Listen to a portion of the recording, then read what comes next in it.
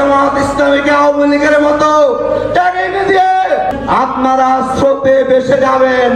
আমরা দেখলাম আরেকটা এখন দল, তারা যখন হামলার শিকার হয়েছেন আমরা প্রতিবাদ করেছি, এখন দেখলাম তারাও একই সুরে ওই ফ্যাসিবাদ যেই টার্গেট দিয়ে জামাতকে মোকাবেলা করার চেষ্টা করেছে, দেখলাম নতুন দল তারাও একই টার্গেট দিয়ে জামাতের উত্থানকে ঠেকানোর চেষ্টা করছে।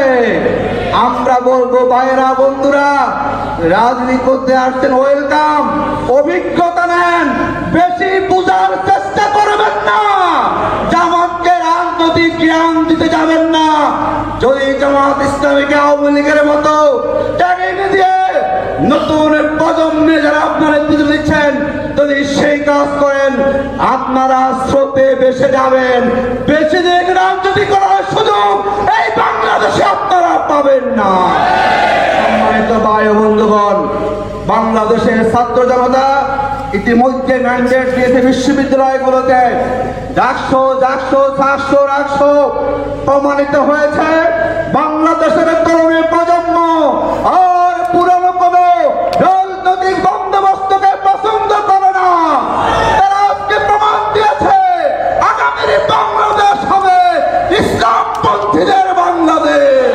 কোন সাংবাদ, কোন দখলবাদ, কোন সন্ত্রাসী, কোন আদর্শহীন দলকে বাংলাদেশের মানুষের নির্বাচনে ম্যান্ডেট দিতে প্রস্তুত নয়।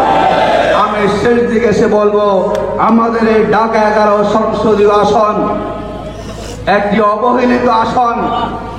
বিগত সময় যাদের সাথে আমাদের দীর্ঘদিনের বন্ধুত্ব ছিল, আমরা হাতে হাত রেখে, আমরা কাঁধে কাঁধ রেখে আমরা যে লড়াই সংগ্রাম করেছিলাম দীর্ঘ সময় ফাঁসিবাদের বিরুদ্ধে, আজকে জামাত যখন জনপ্রিয়তার তুঙ্গে অবস্থান করছে, মানুষ যখন জামাতের দাঁড়িপাল্লার প্রতীকে ভোট দিয়ে জামাতকে ক্ষমতা আনার জন্য স্বপ্ন দেখছে, আমরা তখন দেখলাম আমাদের দীর্ঘদিনের জোট বন্ধুরা আবল তাবল কথা বলা শুরু করেছেন। আমরা দেখলাম নোয়াখালীর এক নেতা দুঃসাহস কি বক্তব্য দিয়েছেন যে আওয়ামী লীগকে নিষিদ্ধের আগে জামাতকে নিষিদ্ধ করা প্রয়োজন।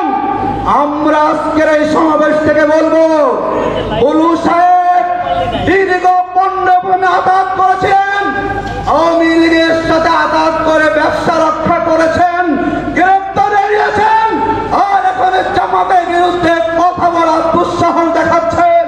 এই দুঃসাহসকে আমরা বরদাস্ত করব না। জামাত ইসলামী বাংলাদেশের কোন পশু পাতার পানি বলেন তো? আওয়ামী লীগ আমাদেরকে চেষ্টা করেছে পালায়, আর আপনারা যারা নিজের নেত্রীকে রক্ষা করার জন্য বালুর ডাক সরাতে পারেন নাই, তারা জামাতকে ধমকি দিয়ে কোনো লাভ নয়। জামাত ইসলামী এই হুমকি এবং ধমকি মোকাবেলা করে আমরা এগিয়ে যাব, আপনারা জামাতের কোনো কিছু করতে পারবেন না।